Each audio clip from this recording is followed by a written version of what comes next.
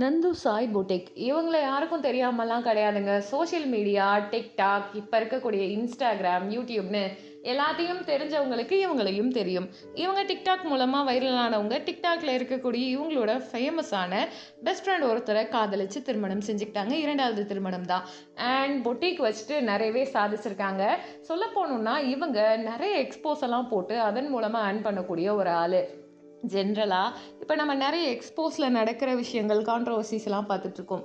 அதெல்லாம் தாண்டி ஒரு பொண்ணு அவங்க பர்சனல் லைஃபு இதை ரொம்பவுமே நோக்கடிக்கிற மாதிரி பேசுகிறாங்கன்னா அது இவங்களையும் தான் பேசிகிட்டு இருக்காங்க. ரீசன் என்னென்னா இவங்களுடைய செகண்ட் மேரேஜ், அதையும் தாண்டி நிறைய பேருக்கு தெரியல அவங்க பர்சனல் லைஃப்பில் என்ன ஸ்ட்ரகிள் ஃபேஸ் பண்ணாங்கன்னு. டீனேஜ்லேயே கல்யாணம் பண்ணி வச்சிட்டாங்க. 14-15 வயசில் கல்யாணம். ஒரு 15-20 காலத்தில் ஃபுல் அண்ட் ஃபுல் எல்லா கொடுமைகளையும் அனுபவித்த ஒரு ஆள். அதுக்கப்புறம் போக போக என்ன ஆயிடுச்சுன்னா அந்த வாழ்க்கை வேணான்னு முடிவு பண்ணியிருக்காங்க. அத்தை பையனை தான், சொந்த குடும்ப உறுப்பினர் தான் கல்யாணமே பண்ணியிருக்காங்க. அந்த வாழ்க்கை சிறப்பாக போகலை. அதனால தான் டிவோர்ஸ் பண்ணிட்டு வெளியில் வந்துட்டாங்க. வெளியில் வந்துட்டு இப்போ பார்த்தீங்கன்னா ஒரு பிஸ்னஸ் உமனாக இருக்காங்க. ரொம்ப சந்தோஷமாக இருக்காங்க. சிங்கிள் மதராக இருந்துட்டு அதுக்கப்புறமா இப்போ அவங்களுக்குன்னு ஒரு ஃபேமிலி, அவங்களுக்குன்னு ஒரு காதல் கிடச்சிருக்கு.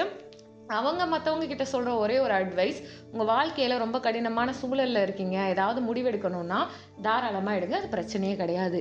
அதே மாதிரி அந்த முடிவுகள் மற்றவர்களை காயப்படுத்தாத மாதிரி பார்த்துக்கணும்.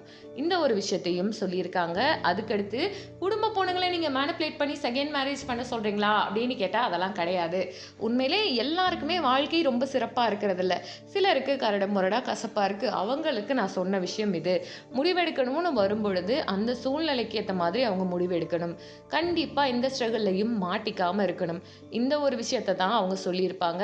அண்ட் அவங்க நிறைய எக்ஸ்போஸ் போட்டு அதன் மூலமா ஏர்ன் பண்ணிட்டு தனக்குன்னு ஒரு ஐடென்டிட்டியை உருவாக்கிட்டாங்க. ஃபேமஸாக இருக்க லக்ஷ்மி போட்டிக்கு அவங்க காப்பி அடிக்கிறாங்கன்னு நிறைய பேர் சொல்லலாம். அவங்க ஸ்ட்ராட்டஜி ஃபேமஸாக இருக்கிறதுனால எல்லாத்தையும் இன்ஸ்பயர் பண்ணி பண்ணியிருக்கலாம். மற்றபடி யாரும் திருடலை, துரோகம் பண்ணலை. அவங்கவுங்க வேலைகளை அவங்கவுங்க பார்த்துட்டு இருக்காங்க. அந்த கான்ட்ரவர்சியை ஹேண்டில் பண்ணாங்க. அண்ட் ஒரு குழந்தை, குடும்பம், தனக்கான ஒரு அடையாளம், இது எல்லாத்துக்கும் போராடுறவங்க. நீ பண்ண கேரக்டர் தப்பாக தான் இருக்கும், நீ இப்படிப்பட்டவ அப்படிப்பட்டவ அப்படின்ற வார்த்தைகளை மாறி தனக்குன்னு ஒரு அடையாளத்தை உருவாக்கிட்டு இப்போ நிம்மதியாக இருக்காங்க, ப்ரெக்னெண்ட்டாக இருக்காங்க, சந்தோஷமாக இருக்காங்க. இவங்க நல்லபடியாக இருக்கணும், அவங்க வாழ்க்கை சிறப்பாக அமையணும்ட்டு நம்ம சேனல் சார்பாகவும் சொல்லிக்கலாம். கான்ட்ரவர்சி வர்றது, தவறுகள் செய்கிறது, அதிலிருந்து கற்றுக்கிறது, இன்ஸ்பயர் ஆகிறது, இது எல்லாமே சகஜம்தான். ஆனால் எல்லாருமே அவங்கவுங்க வேலையில் முன்னேறணும் அப்படின்றதுக்காக சில விஷயங்கள் ஓரளவுக்கு தன்னுடைய நெறியிலேருந்து செய்கிறாங்க. அது தவறே கிடையாது. அதையும் தாண்டி இவங்க அவங்க வேலையை பண்ணுறாங்க. அவங்க பர்சனல் லைஃப்பில் என்ன நடந்துச்சு, என்ன ஸ்ட்ரகிள்ஸ் அப்படின்றது நமக்கு தெரியாது. காதல் வாழ்க்கை இப்போ இருக்க கரண்ட் லைஃப் தெரியும். பர்சனலாக அவங்க ஃபேஸ் பண்ண ட்ராமாஸ் எல்லாத்தையும் கடந்து இப்போ ஒரு நல்ல வாழ்க்கை வாழ்கிறது உண்மையிலேயே சந்தோஷமான விஷயம்தான். இதை பற்றி உங்கள் கருத்து என்னன்றதை கமெண்ட் பண்ணுங்கள். நம்ம சேனலை லைக் பண்ணுங்கள், ஷேர் பண்ணுங்கள், சப்ஸ்கிரைப் பண்ணுங்கள்.